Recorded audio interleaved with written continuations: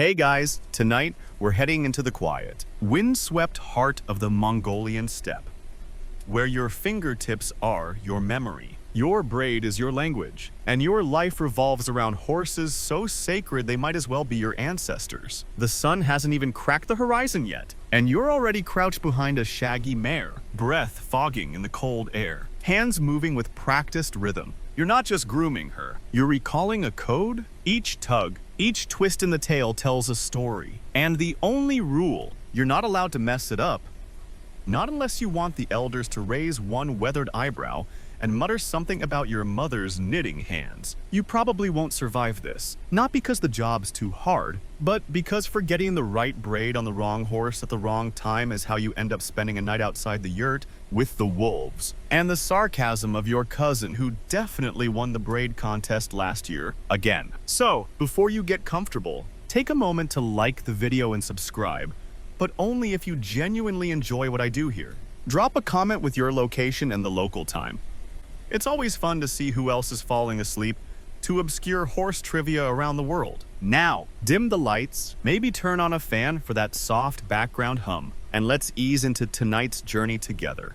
You trudge across the short grass of the morning plain, tufts of frost crunching beneath your boots. The mare you're assigned today flicks her ears, unimpressed. She's the kind who remembers if you tug too hard or braid in a foul mood. You learned that the hard way last week, still limping a little from the kick. In the half-light before dawn, you don't even try to see clearly. That's the rule. Braiding is done by touch, not by sight. Because one day, a sandstorm might come, or a fog might roll in. And you still have to know which pattern belongs to a stallion that once carried your grandfather into battle, and which one signals a sick horse kept from the herd. Your fingers move instinctively, now twist, divide, loop. Not. The mare shifts, but doesn't move away. That's a good sign. She trusts your rhythm, which is wild. Considering you once tried to braid her tail backward at age 13 and she still holds a grudge. The braid you're doing now is a simple journey knot used for horses traveling far from home. It's not fancy, but the strands cross in a way that's supposed to confuse spirits or jealous rivals, depending on which elder you ask.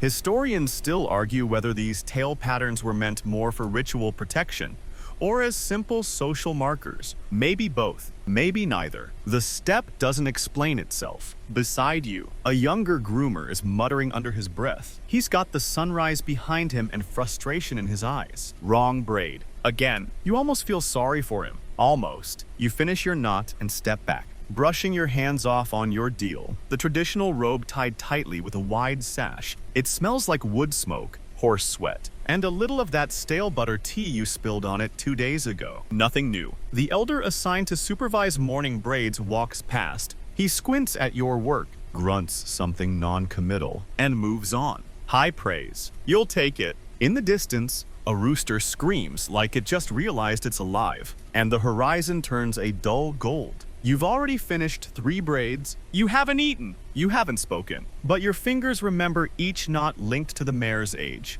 her offspring, her role in the clan. You don't need a written record. You have tales. Of course, modern historians sometimes roll their eyes at this. Oral history preserved through equine hair doesn't sit well with certain academic circles. But they've never had to braid 72 horses before breakfast. So really, what do they know? You pause to stretch your fingers. They're sore, cold, and slightly numb. But they ache in that good way, the way that tells you you've done something right. Now comes the hard part, the ceremonial knot for the elder's stallion. He's a beast of a creature, eyes sharp, hooves sharper. His tail is thick, coarse, and long as a gossip chain in winter. The knot is called the memory spiral. No one's entirely sure why. One theory, it mimics the pattern of spiral carvings found on ancient Mongolian stone steles markers for the dead. Another theory, it's just really pretty and hard to do, so people assumed it was important. You approach slowly, the stallion eyes you like. He's deciding whether you're worth tolerating. You hum under your breath, that lullaby again.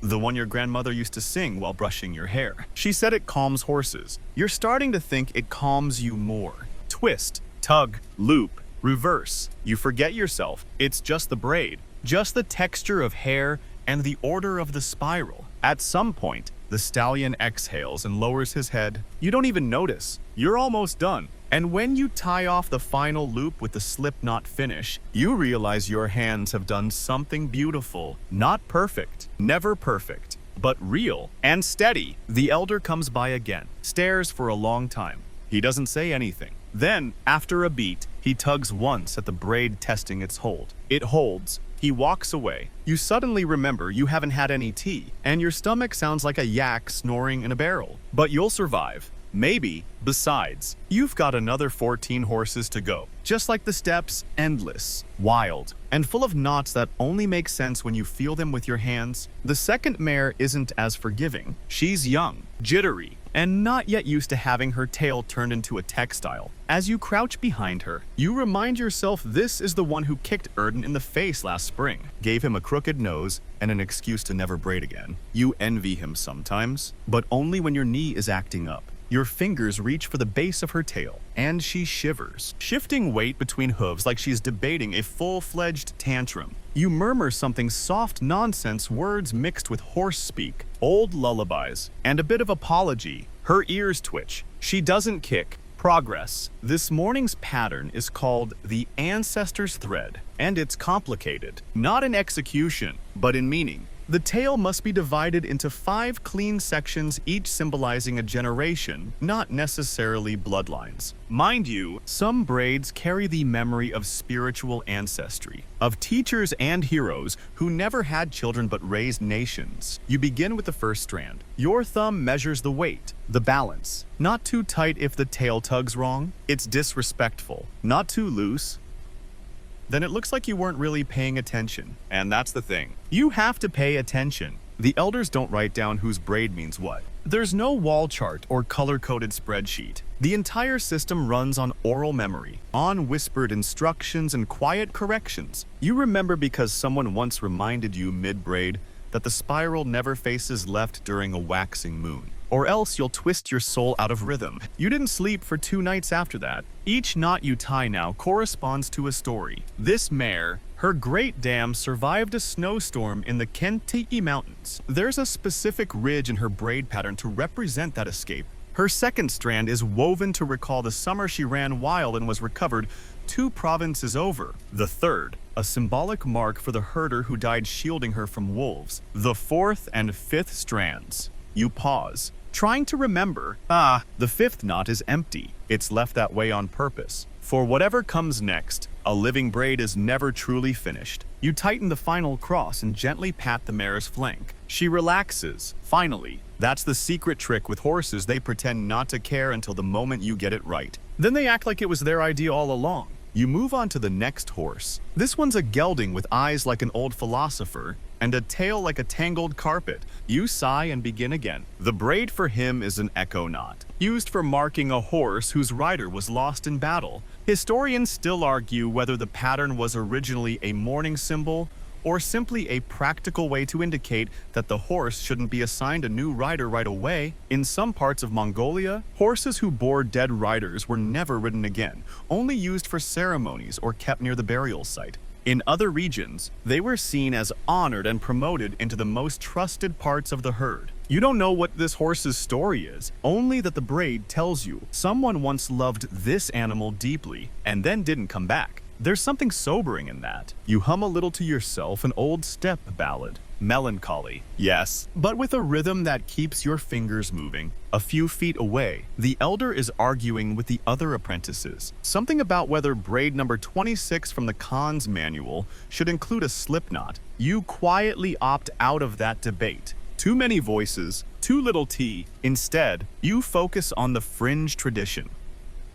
Those little details the elders only whisper about after their third cup of arag, like the tale of the false braid, a trick pattern used to fool horse thieves. Supposedly, it encoded misinformation about the horse's temperament, claimed a wild stallion was docile, or a slow one was swift. Historians can't agree whether it ever really worked, but you kind of hope it did. You finished 3 more horses now. Each braid tugs at different parts of your memory. One reminds you of your uncle's stallion, who used to flick flies with his tail like a martial artist. Another feels almost too familiar, like you've tied it 100 times. Even though this is your first time touching this particular mare, that happens sometimes. Your hands remember things before your mind does. There's a reason the older groomers call it finger memory, not muscle memory, finger memory, as if your fingertips have little brains of their own, absorbing patterns, rituals, and stories like calloused historians. You take a break near the water trough. The sun is higher now, barely warming the air. You sip from your leather pouch lukewarm tea. Still bitter, still comfortingly awful. It's the kind of taste that lets you know you're alive, or at least not dreaming. A few younger kids dart past, pretending to be mounted archers, their fingers mimicking bows in the air. One of them is wearing a ponytail with a practice braid you recognize. You braided that one last winter, and suddenly you realize that is how the patterns live on. Not because of textbooks or scrolls, but because small fingers watched yours, mimicked your moves, and ran off pretending to be warriors. You glance at the mare tied nearest the yurt. Her braid has come slightly loose at the base. It's subtle, most wouldn't notice, but you do. You walk over and retighten it without a word, smoothing it back into place like it was always perfect. She flicks her tail once in approval, and somewhere out on the steppes, the wind shifts again. The air smells like dust and mare's milk. Not the sweet kind. No, today it's the fermented stuff. Sharp, slightly sour, with that sticky sting that somehow clings to your upper lip even if you're just near the bucket. You're pretty sure some of it soaked into your deal earlier. It's dried now, but the smell lingers. Everything here lingers. The wind, the tradition, the smell of someone's questionable breakfast choice. You're hunched beside a pale mare named Azrael, whose tail is longer than your patience and twice as complicated. She's calm, though her kind eyes follow you like she's reading your thoughts. Especially the part where you contemplate lying down and pretending you've got braid amnesia. But no, you've got work to do. The pattern assigned today is called River in Drought, a braid reserved for dry seasons. When grass is brittle and patience is thinner than the horsehair in your hands, it's designed to twist tightly along the base and loosen as it reaches the end, symbolizing tension followed by release, scarcity followed by relief. It's harder than it sounds, like trying to write a poetry with your thumbs. Your fingers are already gummy from the milk splashed on them earlier, and the dust kicked up by the herd now cakes into your nails. A smart person would have washed their hands first. You, apparently, are not that smart, but maybe that's good. Because there's something about this state, half awake, half feral, that helps you remember things better. You hum another tune, this one older than your own memory. You think it was from your grandfather's side, a man who supposedly never spoke more than he had to, but who sang to his horses every evening. Soft, wordless melodies that stretched like horizon lines. Historians still argue whether Mongolian horse songs were literal messages or rhythmic tools for muscle memory. But the horses seem to know the difference. They always know. Azrael flinches as a gust of wind rolls in from the north. The weather's changing again. You pull your deal tighter, cursing that you forgot your scarf. The dust now joins the milk residue, forming a kind of paste on your fingers. Glamorous. You keep braiding anyway. Each knot is part of the sequence, not just leftover right, but a flow you feel rather than think, a pulse in your fingertips. You tighten the first loop. This one means northern grass. The next one bends slightly delayed return. The third loop splits, referencing a legend of a horse that carried its rider through a month-long dust storm, blind, yet faithful. There's a quirk in this braid, one of those fringe traditions only whispered about. A single thread at the end is left intentionally uneven. Scholars debate the reason. Some say it's for the spirits, giving them an opening to join the braid. Others say it's symbolic of the fact that life on the steppe is never fully finished. You think it's because someone got lazy once, and everyone just rolled with it. Azrael doesn't flinch this time. She shifts her weight, size, and lets you finish. It's funny how the horses seem to sense when a braid goes well. They don't just stand still, they lean into it. Like your hands are scratching an itch they didn't know they had. You finish the final wrap, then smooth your palm down her flank. The braid holds. You step back and flex your hands. They crack like ancient leather. The dust and milk combination has hardened now. Great. You're basically a living sculpture from behind.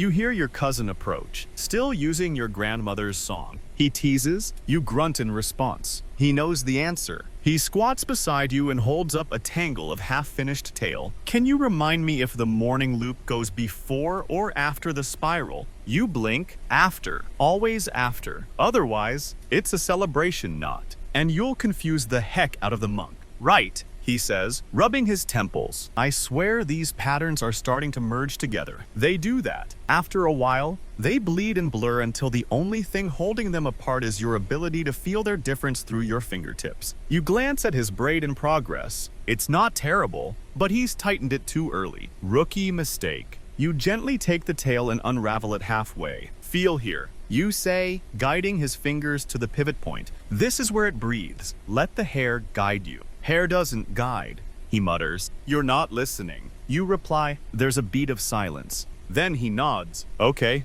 I felt it. Good. You hand the tail back and walk away before he can thank you. You reach the next mare and crouch again. Her tail is thick, coarse, sun-bleached. She's older, slower. You've braided her more times than you can count. Her name is Berta, and you once fell asleep leaning against her during a snowstorm. She didn't move, just stood there, warming you like a furnace with hooves. Her braid today is a simple household spiral, not ceremonial, not symbolic, just functional, keeps the tail from tangling, signals that the horse is part of a working household. But you add a personal twist, a tiny off-center loop near the base, a little signature. No one else will notice it, but you will. And maybe Bert does too, because she leans her flank ever so slightly into your knee. It's the closest she'll get to saying thank you. The midday bell rings out from camp, a dry clang, more suggestion than demand. Lunch is boiled dumplings if you're lucky, and leftover barley mash if you're not. You're not,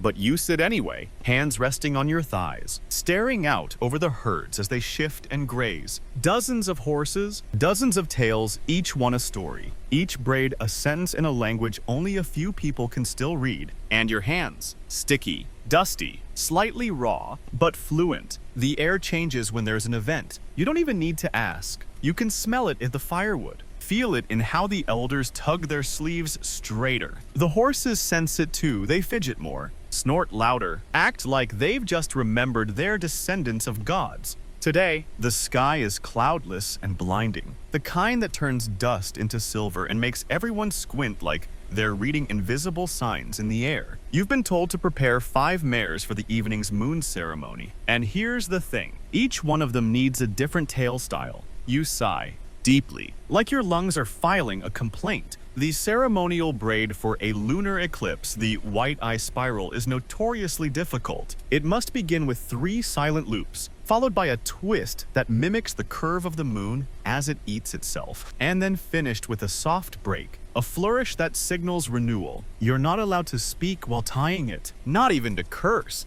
which feels deeply unfair. So you start with the youngest mare. She's skittish, shiny, the color of oat husks. Her tail is fine and slippery, perfectly uncooperative. You exhale through your nose, roll your shoulders, and begin. Loop, loop, loop. Twist right, not left. You fool, it's a waxing cycle this time. You glance up as one of the younger kids stumbles past, holding a braid catalog like it's a sacred scroll. You smile grimly. That catalog's missing half the styles anyway. Some aren't drawn. Some were never drawn. The best braiders memorize them from demonstration watching by firelight, copying by moonshadow. You finish the spiral, hands aching, and move on. The second mare is for a bride. That's right.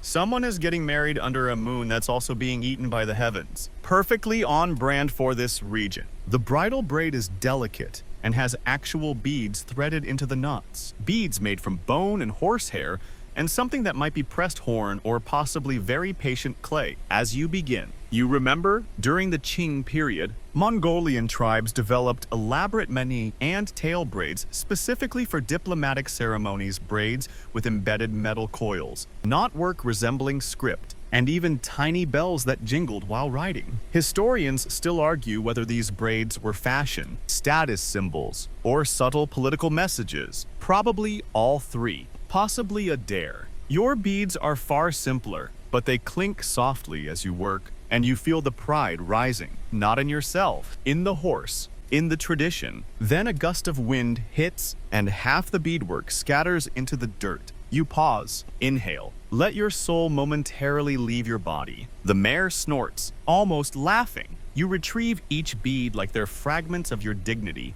and begin again. This time, you work faster, not rushed, just resolved. Each twist is sharper, each tug more confident. You hum under your breath, and somewhere inside that rhythm, the braid rebuilds itself. You don't remember doing it, but it's done. That's how braiding works when you're doing it right. Your fingers disappear, your thoughts quiet, and the memory stored in the hair flows through your hands like water through a carved channel. Next comes the feast braid. This one is for the mare who will lead the procession of gifts: milk, meat, cloth, and 2 rather nervous chickens. Her braid must be wide and flat, braided sideways to create a kind of fan, and dusted at the end with flour or ash. Don't ask why, just do it. The sideways braiding is awkward, requires you to crouch low and twist your wrists uncomfortably. You grimace, your knees crack. The mare moves, impatient. You whisper to her in the rhythm your mentor taught you. Fan out, fold down, cross through,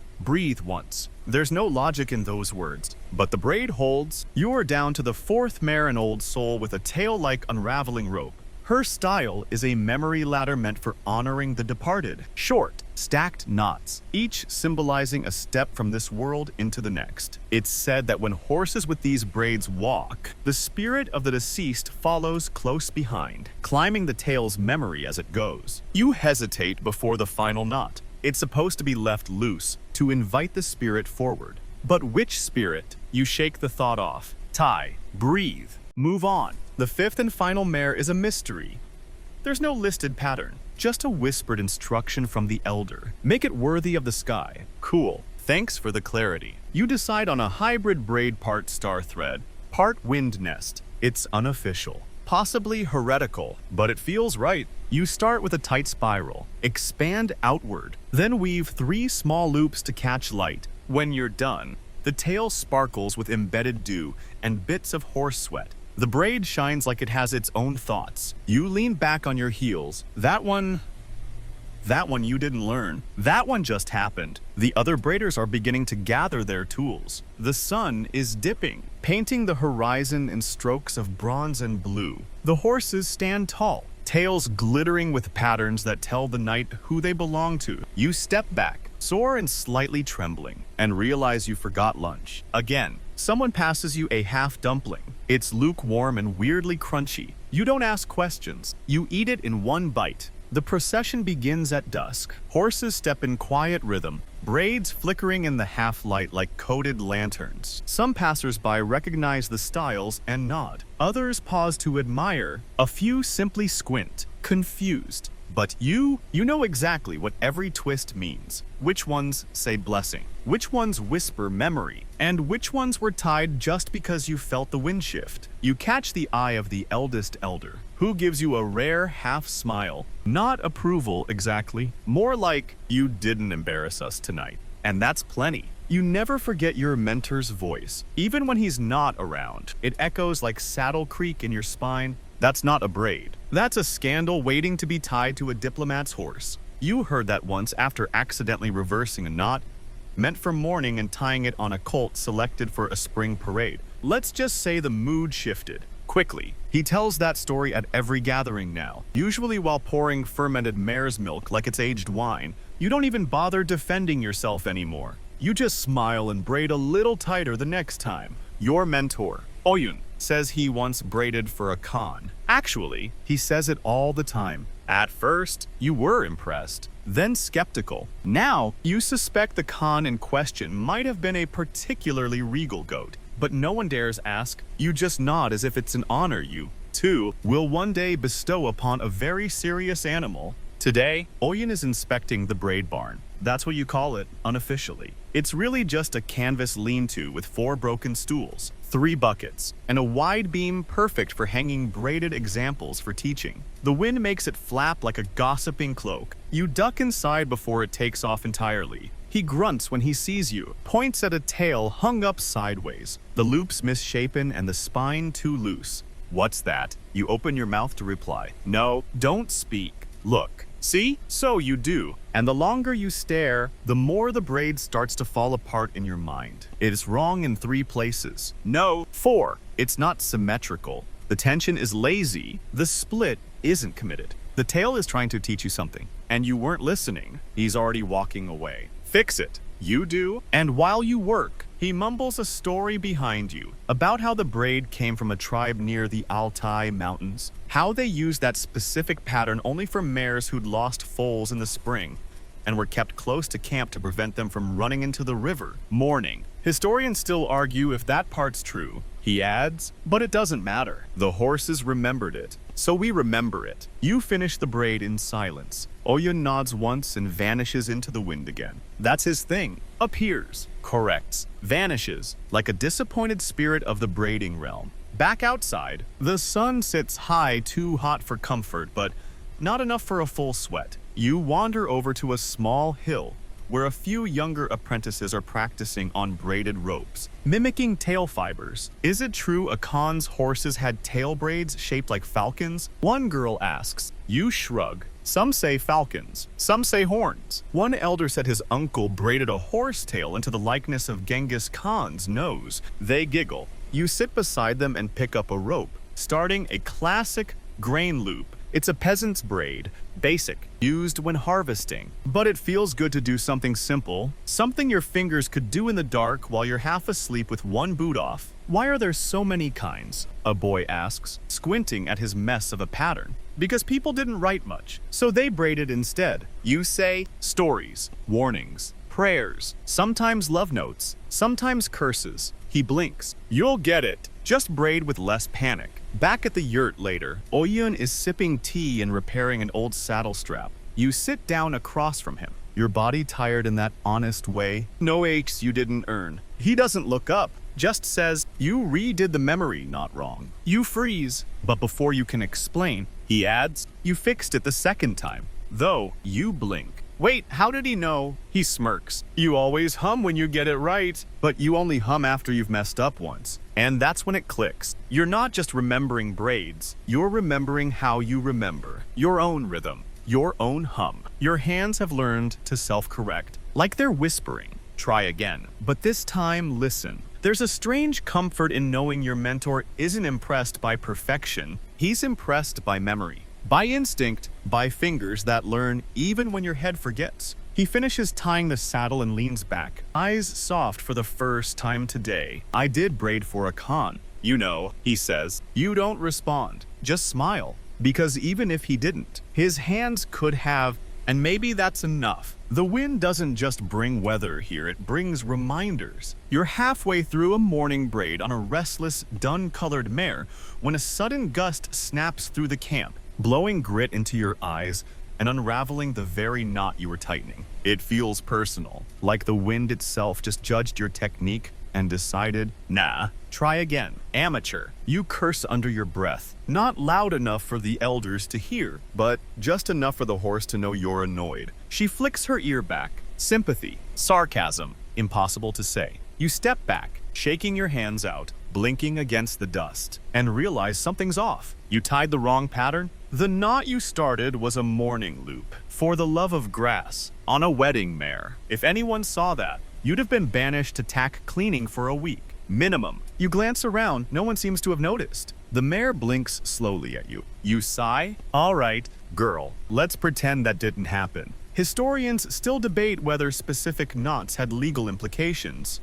Some say misbraiding for the wrong event could result in penalties under ancient clan law. Others argue it was more of a spiritual faux pas. Either way, you've just committed one, and the wind made sure it didn't stick. So you begin again, and this time, you slow down. It's easy to rush, to feel the pressure of 20 horses waiting, elders watching, and your stomach reminding you it hasn't met a dumpling since yesterday. But the horses know. They feel it in the tension of your fingers, the weight of your mood. This mare is the daughter of a legendary racehorse Bayar's Fire who once outran a summer storm and earned her rider a full yurt of barley. That might be an exaggeration. Okay, it is an exaggeration. But the braid tied for this lineage is known as the Cloudbreaker, and it is tricky. 3 inward spirals, followed by an abrupt fork, ending in a loose plume. The fork symbolizes the sudden turn toward victory, the plume, the trail of dust left behind. You hum softly to stay in rhythm. It's an old trick. One loop for each beat of the song. Somewhere along the third twist, your fingers start to remember better than your mind. That's when the wind stirs again. Not violently this time, just enough to lift the ends of the mare's tail and tug your braid in progress like a gentle editor. You adjust. The horse exhales, the wind retreats, and just like that, the braid holds. Behind you, the camp comes alive. Fires crackle, tea boils. Someone shouts for help lifting a saddle. And above it all, the wind moves not loudly, not always, but always on time. Like a breath exhaled by the land itself. There's a reason old herders say the wind corrects the forgetful. You've seen it before. Knots that come loose only when they're wrong. Tales that refuse to hold unless the story is true. Once, you watched a veteran groomer Sarnai tie a mourning braid that fell apart 3 times before she realized she was using the pattern for an estranged family member instead of a beloved brother. She didn't say anything, just sat down, stared at the sky for a full hour, and then tied it right. Some things can't be rushed. You finish the cloud breaker and pat the mare's side. She flicks her tail once and saunters away with an elegance she didn't have earlier. Maybe she knows she's carrying a story again. Maybe she just enjoys the feeling of properly knotted hair. Either way, she moves like memory. Next up, an elder's personal stallion. You swallow. This one matters. The pattern is called steppe path, and it's notoriously hard to do in dry weather. Too much dust in the hair. Too much static. The knot requires even tension across 7 parallel twists, with interlocking threads that resemble river deltas from above. One slip, and the whole tail looks like it got caught in a yurt door. You gather the hair, hands dry and slightly cracked. You whisper to the stallion nothing special, just soft sounds to fill the air between breaths. You braid slowly, purposefully, and then the wind comes again. This time, it's almost helpful. Like it wants to remind you where the split should happen. You hesitate, then shift your fingers left instead of right. The tail practically aligns itself. You don't tell anyone this. Of course, they'd say you've been out in the sun too long. But in your heart, you know, the wind knows, and when you finish, you don't even need to test the tension. You feel it's right, balanced, honest. As you move on, another apprentice nearby tugs too hard on a colt's tail, and it squeals, bucking slightly. You wince. Everyone does that at least once, but it reminds you of the rhyme Oyun drilled into your head. If the tail fights back, your story's not true. Braid it with feeling, or it'll undo you. You chuckle. That rhyme felt stupid when you were younger. Now, it's basically scripture. The afternoon fades into that golden hour where everything glows horses, hills, even your dusty sleeves. And as the shadows grow long, the braids you've tied today hold strong. Not because you're the best, but because you listened to the horse, to your hands, and maybe to the wind. Your fingers are frozen, your tea is lukewarm at best, and a hoof just missed your shin by an inch. It's shaping up to be a pretty typical morning. You're crouched beside a moody young gelding with a tail like a tumbleweed and the attention span of boiled cabbage. The cold has a way of making everything harder. The knots stiffen, your joints complain louder, and the horses get extra twitchy. This one keeps swishing his tail just as you're about to wrap the central coil. You exhale sharply, your breath fogging in the bitter air. Someone across the camp shouts about firewood. Someone else laughs in that dry way that always means, "I told you to stack it yesterday." You soak your hands in a small wooden bowl of stale tea. Not ideal, but it's warm. The elders swear by this method. Better than mittens. They claim teaches the bones to remember. You're starting to think it just numbs them until they give up. The braid you're attempting is one of the older ones called the steppe between worlds. It's a double back pattern, the kind you can only tie cleanly if you use both hands in mirrored motion. Symbolically, it was meant for horses ridden between winter camps when clans were migrating and uncertain if they'd return to the same land next year. Historians still argue whether this pattern was reserved for scouts, shamans, or simply particularly stubborn horses. You personally think it was invented by someone stuck in a blizzard who had too much time and too much tail to work with. The gelding steps sideways. You grunt, repositioning. He stomps once, a not-so-subtle threat. You whisper the mnemonic Oyun taught you. 3 steps in, 1 out wide. Cross again. The tail won't lie. The braid slowly begins to form. You tug gently, testing tension. Good, better than you expected. Honestly, the horse flicks his ear once but doesn't move. In this moment, your fingers are smarter than the rest of you. They know where to pull, where to ease, how to tuck the stray strand back without unraveling the whole thing. Halfway through, you forget your own shivering. It's just you, the tail, the cold, and the faint sound of wind pushing against canvas and yurt poles. There's comfort in that. A strange, quiet intimacy. You exist here only here with this moment, this braid. Around you, others are muttering to themselves, reciting little rhymes under their breath. You hear left fold, right pull, and if it twists too fast, go back. Everyone has their own braid spells, little verbal tracks to keep fingers moving the right way. There's a moment just before finishing the final loop, when the gelding lets out a long, slow breath. The kind of breath horses do when they've decided grudgingly that you're acceptable. It fogs into the air and disappears. You tie off the braid with a small woolen ring. Functional, nothing fancy, but the pattern holds. You lean back and realize your legs are numb. Perfect. You hobble over to the fire circle where a few others are warming their hands over flickering embers. The pot of tea is mostly dregs, now brownish, thick, flavored with what might be ash. You drink anyway? No one here is picky. Comfort is a luxury. Warmth is survival. One of the younger apprentices, a boy with hair so wind-tangled it could be mistaken for a yak's mane, turns to you. How do you remember them all? He asks. His eyes are wide with the kind of exhaustion only new braiders carry. You shrug. Rhyme. Yun? Mostly. Repetition. And when that fails, panic. He laughs a little too hard at that. You toss him a practice tale.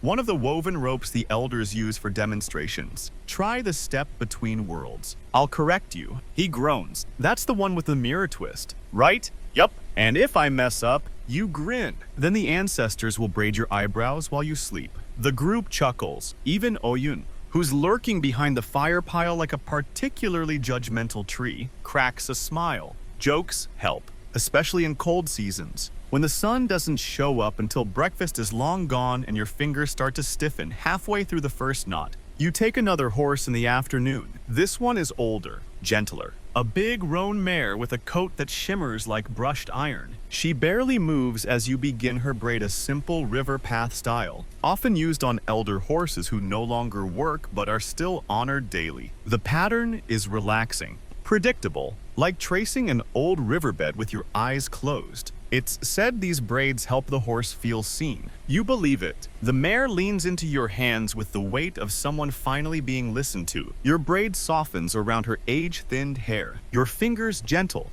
You don't rush. There's no need. By the time you're done, the sun is lowering, casting long shadows across the frozen ground. You dust off your hands, now tinged with soot, tea, dust, and the faint scent of horse. They look older today, cracked, raw, but capable. Your cousin appears beside you, arms folded. Your world step braid held. I checked. You nod. Of course it did. You double back to the second loop. You freeze. Don't worry, he adds. The horse approved. You both laugh softly, not enough to startle the herd. And just as you head back toward the fire, the wind picks up again, soft this time. Like it's just passing through, but it tugs gently at the edge of your sleeve. Like it's reminding you, the next horse will be watching. 2. You wake before sunrise to the sound of hooves. Not thunderous, galloping, just the soft, deliberate clop of a mare pacing outside the yurt. You roll out of your blanket, bones cracking like they've been folded the wrong way overnight, and pull on your deal, stiff with yesterday's dust and regret. The air bites at your face as you step outside, and there she is. The same mare you braided yesterday, the old iron-colored one.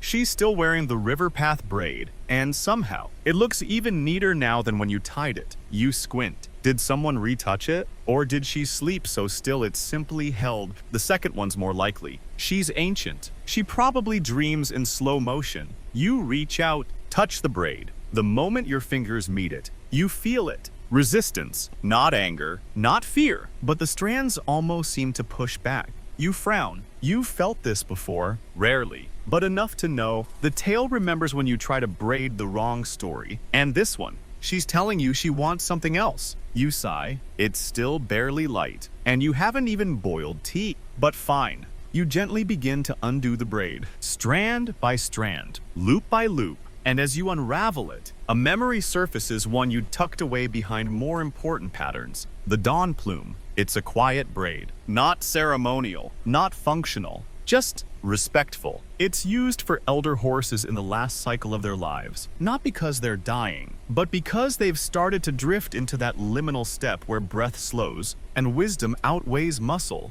It's simple. 2 spirals, 1 low tie, the rest left loose because nothing more needs to be said. You hadn't meant to braid that one today, but your hands do it anyway. And when you're finished, the mare exhales and steps away without a sound. You know better than to chase meaning in these moments. You just nod and begin the day. By late morning, you've already done 6 tails. Your back hurts, your knuckles are pink from the wind, and your stomach is busy writing poetry about starvation. But then you get to her, the youngest mare in the herd. Tiny, skittish, fur the color of warm ash, with a tail so stubborn it tangles itself even when she's standing still. She dances sideways as you approach, flicking her ears like she's reading your thoughts and disapproves of them. This one's going to be trouble. You brace yourself, crouch, and gather the base of her tail, and she moves instantly, right into your shoulder. Okay, you mutter, message received. You try again. This time, she allows it.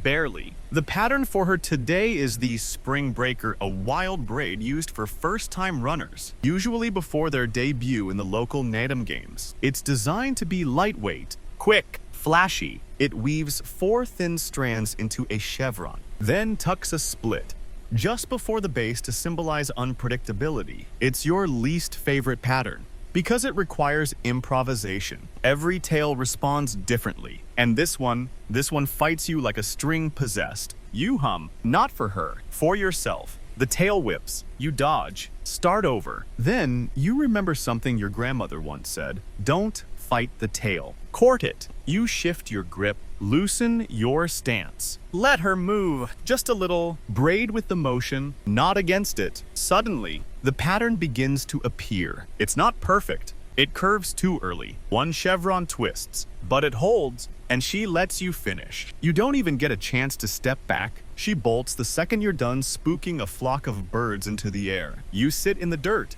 breathing heavy, half laughing. That braid is hers. She made you earn it. Good for her. By noon, your fingers are stiff and your knees are planning a revolt. You sit beside the central water basin, soaking your hands in icy runoff. It hurts, but it's the good kind of pain, the kind that tells you you've done something worth remembering. Across from you, an elder named Narant Setseg is finishing a braid on her own horse. Her movements are slow, steady, like the wind braids around her, not through her. You've heard rumors she once braided a tail so well, it made a diplomat weep. You believe it. She glances at your hands in the water. Braid burn, she asks. You nod. Spring breaker. She chuckles.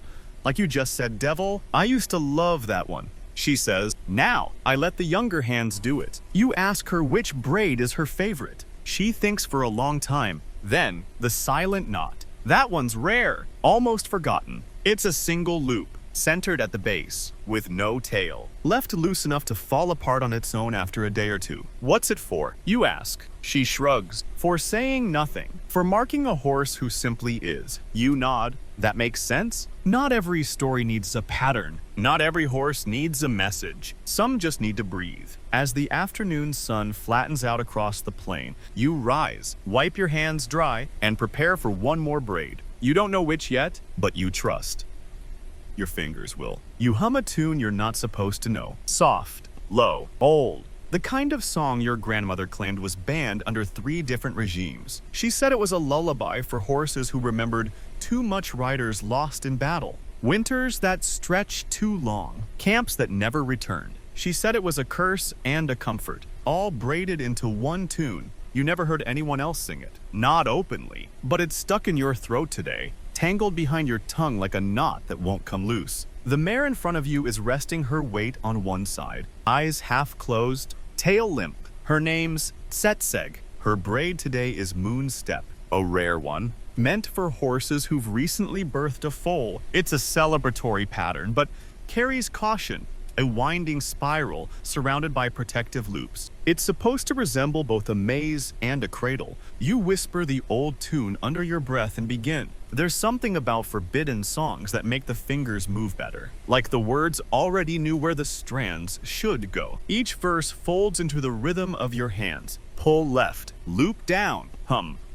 The middle stanza, repeat. Setseg doesn't move. In fact, she leans slightly into you, which is rare for a new mother. She's protective, yes, but not guarded. There's something trustful here, like she knows you're not just braiding, you're remembering. Not for you. For her, halfway through, you hesitate. You think of your grandmother, of how she used to tuck a single white thread into her braids in case the ancestors are watching. She'd say, you reach into your pouch, find one, tie it softly at the base of Tsitseg's braid. No one will notice it, but you will, and maybe she will, too. Historians still argue whether braiding ever crossed into actual shamanic ritual, or if that's just romanticizing what was mostly grooming. But then again, they've never stood here at dawn, hands moving with a rhythm older than speech, singing songs you're not supposed to know. You finish the braid, it gleams slightly, maybe from dew, maybe from memory. Later, you're called to the far paddock.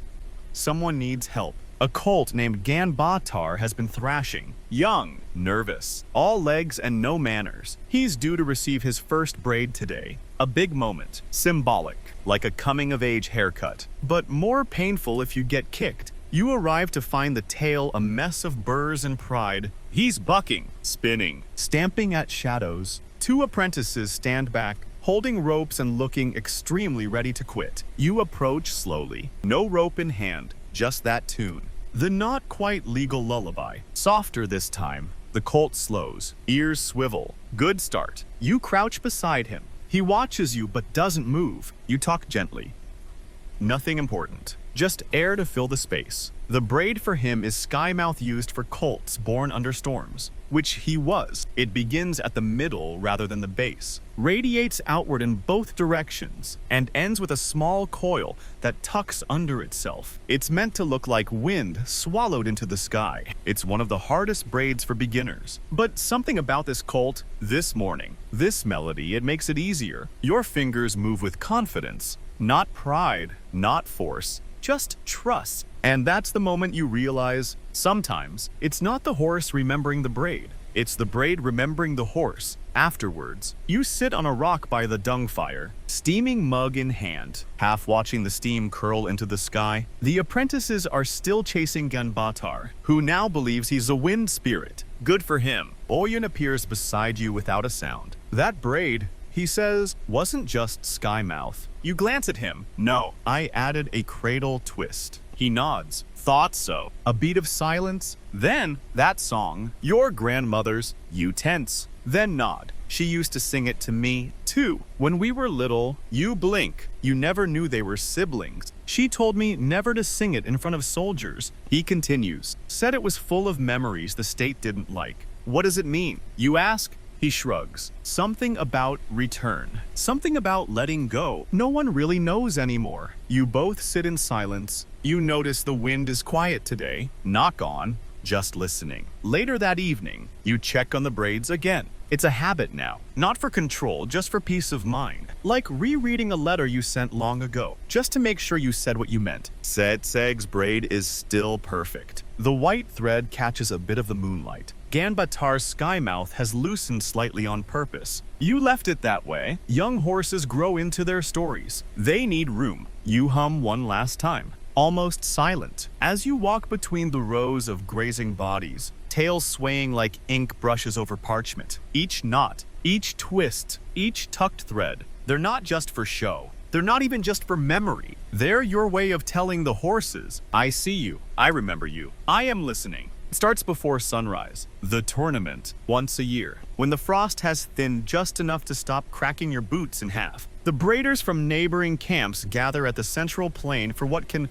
only be described as the most stressful nap you'll never get to take. It's called the Tournament of 107 Braids. And no, that's not a metaphor. There are exactly 107 known historical braid patterns, and your task, should you accept the inevitable, is to replicate as many of them from memory as your fingers and sanity will allow. The rules are simple. No books, no diagrams, no whispering. One tail per pattern. If you mess up, the horse will let everyone know you've trained for this for years, or at least you've told yourself you have. Oyun won it once, allegedly, though the year in question keeps shifting whenever someone asks him. Was that 1963? Could have been 1971. Wait, maybe it was during the solar eclipse?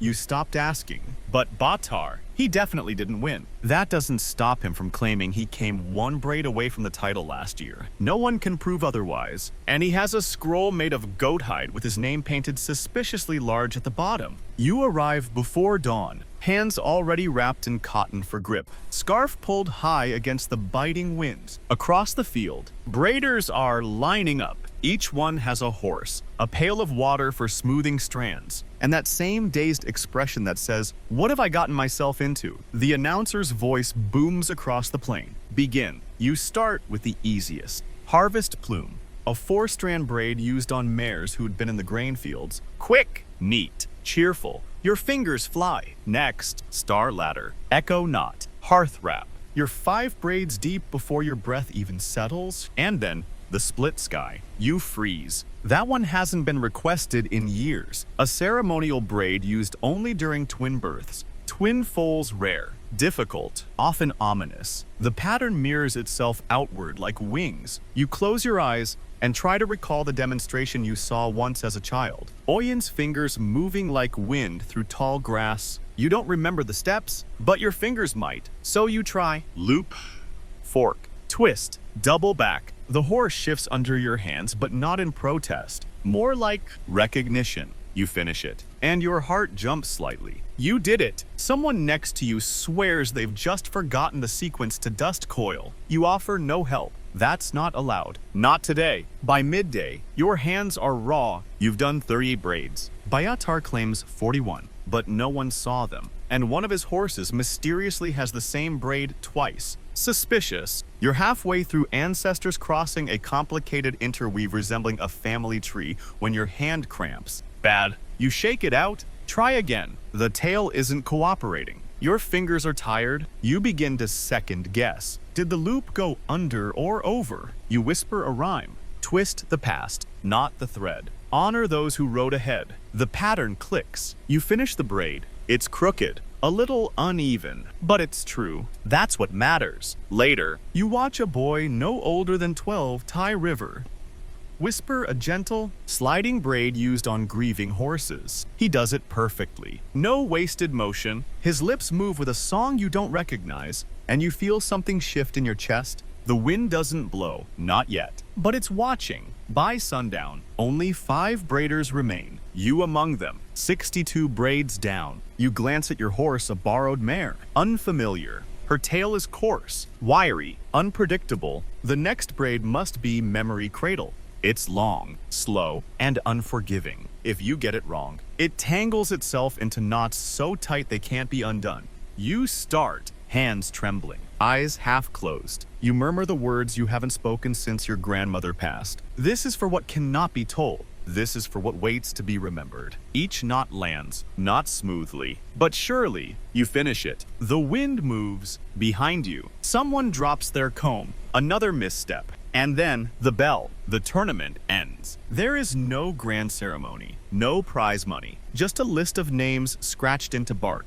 passed between camps, and maybe added to the oral record if an elder remembers. You did 64, not 107, not even close. But you tied braids you hadn't remembered in years. Some you'd never tied before. One you might have invented. Oyun claps your shoulder. Not bad. He says, "You made the horses remember." Bayatar frowns dramatically. "I would have reached 70, but the wind blew my reference horse into a ditch." Sure, as the sun fades and the horses are led back to camp, you unwrap your hands. The cotton is stained. Your palms are sore, but your mind is oddly quiet. You don't remember every braid, but you remember enough. Enough to know. This isn't about winning, it's about not forgetting. And tonight, you didn't forget. There are days when it finally hits you what you're actually doing. It's not just braiding. Not really. It's archiving. Not in books or scrolls, but in tales. You're standing beside a massive chestnut stallion named Ulan, his mane unbrushed,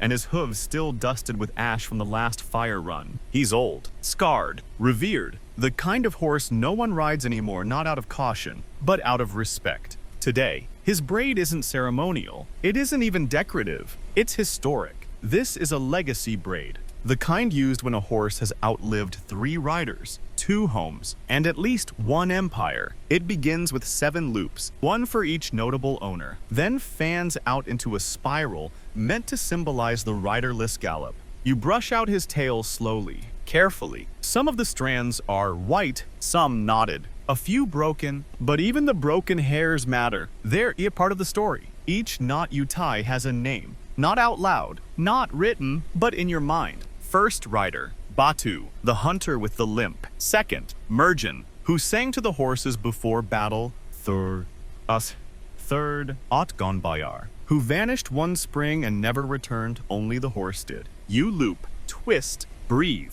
There's something heavy about this braid, not hard, just thick with meaning. Your fingers feel slower, like they're wading through time. Historians still debate how much of Mongolian culture was passed through grooming practices like this. Some say it's pure folklore, romanticized peasant poetry. Others insist tail braiding served as a tribal language for generations, a visual mnemonic system for marking lineage, victories, and mourning without ever touching ink. You believe both are true. Ulan exhales slowly. His tail drops, surrendering to your rhythm. You add a final twist.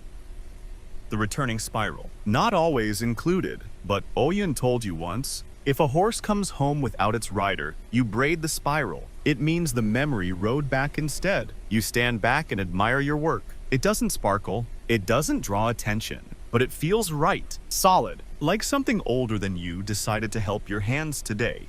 Later, Oyen beckons you into the camp's small archive yurt. You rarely enter this one. It smells like hide parchment, fire ash, and the ghosts of arguments. Inside, a row of preserved tail braids hangs from wooden rods, each one sealed with a dyed thread at the base. These aren't decorative. They're records, samples collected from key horses in clan history, kept like museum pieces, though. No museum would know what to do with them. You walk past each one slowly. Here's the battle thread from the horse that carried a messenger to the Qing border in 3 days. Here's the sun coil from the mare who gave birth under a solar eclipse and was said to predict the arrival of storms. Here's the silent loop, once tied to the tail of a shaman steed who never allowed a second rider, not even in death. Oyen touches one lightly. This one, he says, was mine. You study it. The pattern is familiar, but slightly off. A mirrored version of wind fan with a tight spine and open wings. What's it called? He pauses. I never named it, but the horse's name was Kassar. You look at him. He doesn't say more. He doesn't need to. You realize, in that quiet moment, that braids are like fingerprints, each one unique to the horse, the rider, the hands that tied it. Repeating a pattern isn't recreating it. It's translating it. And sometimes the translation is flawed on purpose to keep the story personal. You reach out to the braid, but stop just before touching it. You can, he says. It remembers better when it's touched. You hold it briefly. The texture is different, smoother, older, like history worn into silk. And as you let go, you feel something surprising. Sadness, not grief, just the weight of a life lived and remembered. A story told without ever saying a word. You leave the archive yurt in silence. The sky has shifted from gold to gray, clouds pressing low like they're waiting for permission to rain. Across the paddock, a new horse is arriving, a gift from a distant camp. His mane is wild, his tail a bramble of knots and debris. You'll have to cut half of it out, start over. And that's the thing. You can start over, with tails, with braids, with memory. But only if you take the time to learn what was there before, what was tangled, what was left behind. You tie your scarf tighter, pick up your comb, and walk toward the stallion. Your hands ache, your knees protest. but your fingers are steady because you don't just braid. You remember, it starts with a mistake. You're halfway through a braid on a gray mare when you realize you've tied the widow's loop on the wrong horse. Not a tragic error unless someone happens to be watching. Which, of course, they are. A sharp voice calls across the yard. Who are you mourning? Exactly. You freeze. The voice belongs to Saran, the only other braider in camp who can tie the double spiral of the moon year without blinking. She's smiling, but not kindly. You exhale. Tail memory glitch. You mutter. She pulled like a grieving horse. It's a weak excuse, but it works. Saren snorts and turns away. You glance back at the braid. It's not wrong. Technically, the loops are clean. The angle is exact. But it doesn't belong to this mare. She's healthy, young, full of fire. Her gait has the rhythm of rain, not morning. And yet, the braid landed, like your fingers wanted to say something they hadn't told your brain yet. So you leave it, because sometimes, even when it's incorrect, it's not a mistake. Later that week, you're brushing out another tail when something slips out of the hair. A small bone bead, carved with the symbol for wholeness. You frown. That's not part of any working braid. You inspect the rest of the tail. A knot tucked deep within the strands, nearly hidden, intricate, laced with beads. Not practical. Not one of yours. You call Oyun. He arrives, squints at it, and says nothing for a long while. Then, this is an old one, he murmurs. A message braid. You blink, like a secret. He nods. They use them during the inner court years. Too dangerous to write, so they tied codes into horse tails. Historians still debate the accuracy of this. There's little surviving evidence, but the story lives in whispers and knots no outsider could read. You trace the pattern again. Beads alternating in color, a looped section meant to resemble a syllable, a deliberate asymmetry near the end. It's a love braid, Oyun says finally, the kind tied when someone couldn't say it aloud. You look at the horse. She's grazing peacefully, completely unaware she's carrying a decades-old confession. You stare at the braid,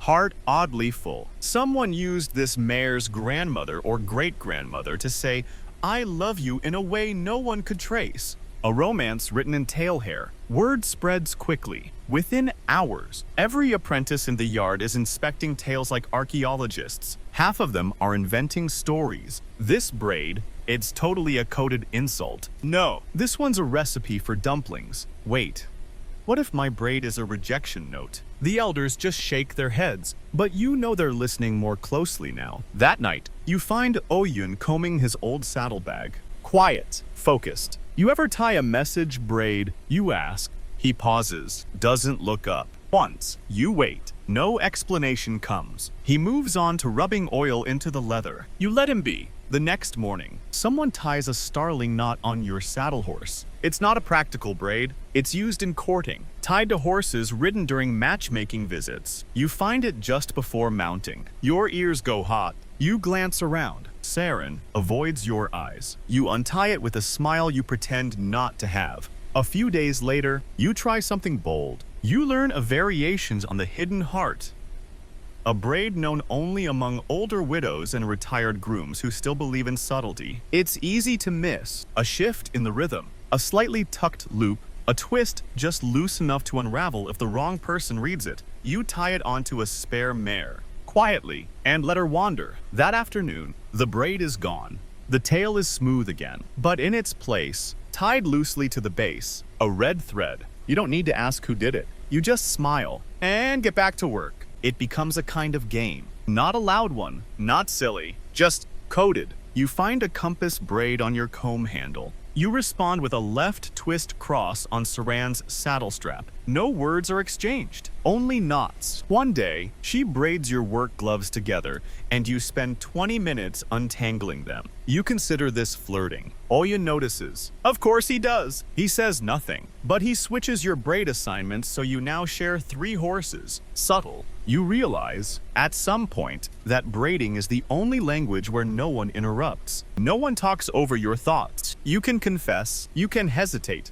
you can lie. You can long, all with fingers, all with hair, all without speaking a single word. You finish a tale one morning and don't even remember beginning. Your fingers moved, your mind wandered, and somehow, what's left is a braid that looks like a question mark. You leave it that way, let someone else read it. The new horse arrives just before sunset, escorted by 2 riders with thick coats and thicker accents from the far east. They say over 3 rivers and a dozen border camps. The horse is large, black, with a mane that ripples like silk dipped in oil and a tail so long it brushes the tops of his hooves. No one knows his name. That's not unusual. Sometimes horses arrive with no past. Other times, they arrive with too much of one. This one carries something else, a braid. Not just any braid. Not a working twist. Not a fancy curve for courtship or mourning. This one is foreign, strange. The loops form impossible angles. The base is knotted not once, but 3 times. Then sealed with a twisted thread dyed a color you don't even have a name for. Something between copper and dusk. You stare, so does everyone else. Oyun squints at it for a full minute before muttering, "That's not ours." Then he walks away, as if the tale just told him something he'd rather not hear. You and Saran exchange a look. This is a mystery, a beautiful one. That night, the wind howls like it's trying to sing. You can't sleep, so you rise, wrap your scarf, and head out to the paddock. The black horse is there, breathing slow in the moonlight. He doesn't move when you approach. His braid sways gently in the cold air. You reach out, fingertip to the top loop. It's smoother than it should be, like silk wrapped in something older. And in that moment, you realize something strange. You recognize part of the pattern. Not all of it, but a section in the middle. It mirrors a diplomatic braid used during the Yuan dynasty, a style meant to communicate alliance, peace, trust. Historians still argue whether these tail braids were ever actually understood by foreign powers, or if Mongolian delegates were simply tying stories into horses and hoping someone would ask the right questions. You're asking now. You study the rest. 3 loops below, 1 above, a hidden tuck, a tiny bead. That bead, you lean closer. It's carved. A glyph you don't understand except you've seen that shape before. In the archive yurt, on the tail labeled Undelivered. At dawn, you visit the archive again. Oyun lets you in with a nod, no words. He knows you've seen the braid. You find it, same pattern. Not identical, but spiritually mirrored. The undelivered braid, said to have belonged to a stallion gifted to the Chinese court and never seen again. The theory, he didn't arrive. The reality, he did, but his braid wasn't understood. Until now, you bring the 2 images together in your mind, a new horse. Old braid. What if the horse that arrived isn't just a traveler, but a messenger? Not metaphorically, literally, a carrier of a message tied into his tail by someone who knew the old ways, who used a language almost no one reads anymore, not with eyes. Anyway, you spend the next 3 days decoding it. Saren helps. Of course she does. Her hands are steadier. Yours shake a little when you're excited. Each loop tells a direction, each tuck a warning, each bead a name. By the 4th night, you have a theory. The braid is a map, not of roads, of lineage. The horse comes from a camp that still practices a forgotten braid dialect, a region cut off after the last empire split. They've been sending messages through horses for decades, and no one's been reading them. Until now. You present your findings in front of the elders, not in writing, not in speech. In braid, you recreate the entire pattern, loop by loop, on a borrowed mare, and when you finish, the room is silent. Then Oyun steps forward, places one weathered hand on the final knot. That, he says, is the most dangerous thing I've ever seen tied with hair. He smiles, and then nods. Good. You start receiving letters, not paper tails. Horses sent from other camps, all carrying knots you now know how to untangle. One braid tells of a drought, another, a new birth. Another carries the shape of grief, 2 loops folding inward, wrapped in black thread. And one carries a question. You laugh when you see it. The braid forms a spiral, but ends in a mirrored tuck. The pattern for unfinished. It's addressed to you. Saren watches you read it. Well, she asks. You tie your reply the next morning. Not in her horse's tail, in your own. You let her find it on her own time. When she does, she doesn't say anything, just ties a second braid beside it. Your horses go everywhere together after that. The black horse. You don't rename him, you just call him Kur the Wordless. He still carries that first message braid. You never unbraid it, not out of fear, out of respect, because some messages aren't meant to be answered, only understood. They say when an elder dies, the horses grieve first. You don't notice the silence at first. It's soft, gentle, not like shock, but like a thick wool blanket dropped over the camp. No shouts, no gossip, no hum of braiding songs, only hoofbeats, slower than usual, like the herd knows something before you do. Then comes the sound of wailing, not loud, not public, just the kind that creeps from one yurt to another. A sigh that's been waiting all season to break. Oyun has died. You don't know the details. No one does. One moment, he was sharpening a hoof pick and telling some joke about a Khan with flat feet. The next, he was gone. Quietly, as if he braided his own ending and slipped through it. The morning begins with fire. You help build it, thick logs, dry dung, and a braid of horsehair placed at the center. His saddle is positioned beside it, facing east, his braid knives, still sharp, his favorite comb, polished smooth from years of use. But the real mourning, that happens in the paddock.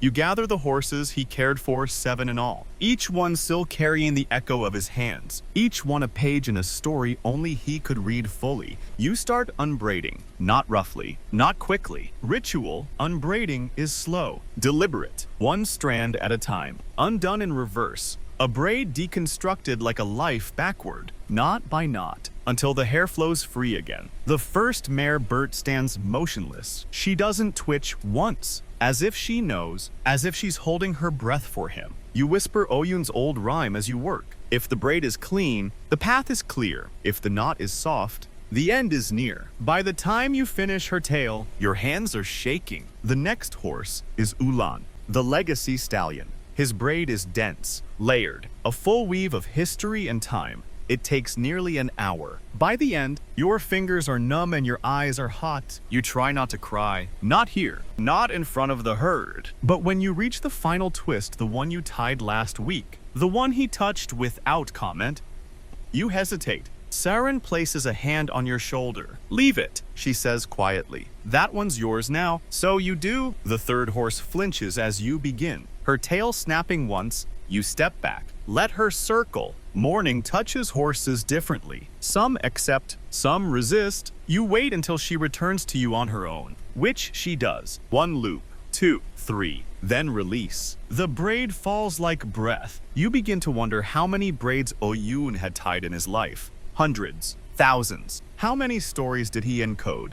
Preserve, untangle. You'll never know. Not all were passed down. Not all were noticed. Some braids, like people, disappear without translation. At dusk, the final braid is undone. You gather the release strands into a bull hemp, horsehair, wool, and a single thread of red silk he once used during the last eclipse ceremony. It's burned at the fire's edge, not with fanfare, just heat and wind. And then comes the part no one warned you about. His saddle horse arrives. Alone, he wasn't supposed to be in the camp. Someone had released him into the steppe when the news came. Yet here he is, standing at the braid pole, waiting. You approach him slowly. He lowers his head. You lift his tail. There's a braid there, not yours, not anyone's in camp. The pattern is simple, clean, but deeply unfamiliar. It doesn't follow any traditional form. It doesn't align with any ritual, but the balance, the texture, it feels like Oyun. You study it. The loops mirror a motif from the memory cradle braid, but there's a variation at the top, something almost personal. You reach for it, then stop. You won't undo it. Not yet. Some braids are meant to stay as a final word. The next morning, the elders meet in silence. You're handed Oyun's braid knife, not ceremoniously, just practically, as if it was always meant for you. You don't say anything. But that night, you step into the braid yurt, light a single lantern, and braid your own story into a spare rope. Not for ritual, not for memory, just for him. It starts with the braid he taught you first, River Plume, and ends with the one you saw in the firelight after he passed. Unspoken thread, the final knot. You leave it open, just in case he wants to come back and finish it. Outside, the wind picks up, but this time, it doesn't tug, it settles. A warm, slow hush that brushes your cheek, like a breath, like thanks, like someone braid whispering from the other side of the steppe. You did it right. You don't braid that morning. Your hands ache not from work, but from stillness. The kind of ache that creeps in after grief, when everything inside you wants to move, but nothing outside you does. The horses are quiet too. They mill about in the frost-lit pasture like they've misplaced something important. Oyen would have told you to stop sulking and get your fingers moving. Even bad braids are better than no braids, he used to say, usually while untangling the bad ones you tied. But today, you don't braid. You walk, not far, just to the edge of the ridge where the wind hits your chest first, where you can see the river curl away into silver nothing. It's the place where you first watched Oyen teach a child how to hold a tail without fear. That child had been you, and now you're the one being watched. Apprentices linger near the posts, pretending to sort brushes, waiting for your cue. They don't ask what's next. They trust that you'll know. You're not sure you do, but you turn anyway. Walk back to the paddock, pick up the comb, and stand before the black horse Kur, still wearing the same braid, still unread, still waiting. You study it again. Trace the loops, the folds, the breath between knots. This braid doesn't speak loudly. It doesn't demand to be unraveled. It just is. A stillness with weight, a silence that presses softly, like dusk settling on your shoulders. And somehow, you know, today is the day you finish it. Not undo it. Finish it. You add one loop, not at the base, near the middle, a small twist, a new thread, a final sigh tied into form. And the moment you do, Kur exhales, deep, final, then steps back. The message is whole now, not meant to be read, just meant to be heard. That evening, the elders call you to the fire. They ask no questions. They offer no titles, but they speak your name softly now, like it has meaning. And when Saran passes you her braid knife to sharpen, you understand what they've been waiting for. You're not the best braider in the camp, not by a long shot, but you're the one who listens when the wind shifts, the one who hums old songs no one teaches anymore, the one who remembers. And remembering is the only requirement for keeping the stories alive. You teach your first lesson the next morning, the apprentice. A small girl with hands too big for her age doesn't say much, but she watches closely, mirrors your grip, asks one perfect question. Does the horse tell us which braid to use? You pause, then smile. Sometimes your hands already know before you do. She nods, as if that makes sense. And you realize it does. Because your hands have been whispering answers for years. All you had to do was stop asking out loud. You braid 2 horses that day. One young, one old, one new to the camp, one nearly ready to leave it. You leave a small knot untied on both, because stories never really end. They only shift forms, from hoofbeat to braid, from wind to thread, from one set of hands to the next. You find yourself humming again. Not the lullaby, something newer, something yours. And as you finish the second tale, the wind finally settles. No tugging, no correction, just stillness, and the quiet weight of knowing the braid is right. And now, as the stars stretch out across the endless sky, you find yourself back where you started, crouched behind a horse, fingers resting in warm tail hair, breath soft in the cool night air. The braids of the day are done, but their memory lingers in your fingertips. Each loop, each twist, each knot left slightly loose, so that the stories can breathe. The horses shuffle into place, their shadows long and gentle. A few flick their tails, their braids catching the moonlight like whispers in motion. And you feel it, not pride, not sorrow, but continuity. You've carried something forward, not alone, never alone, but with the wind at your back, the braid in your hands, and the quiet certainty that someone will continue where you leave off. You stand, let your fingers rest, and somewhere in the distance, another braid begins.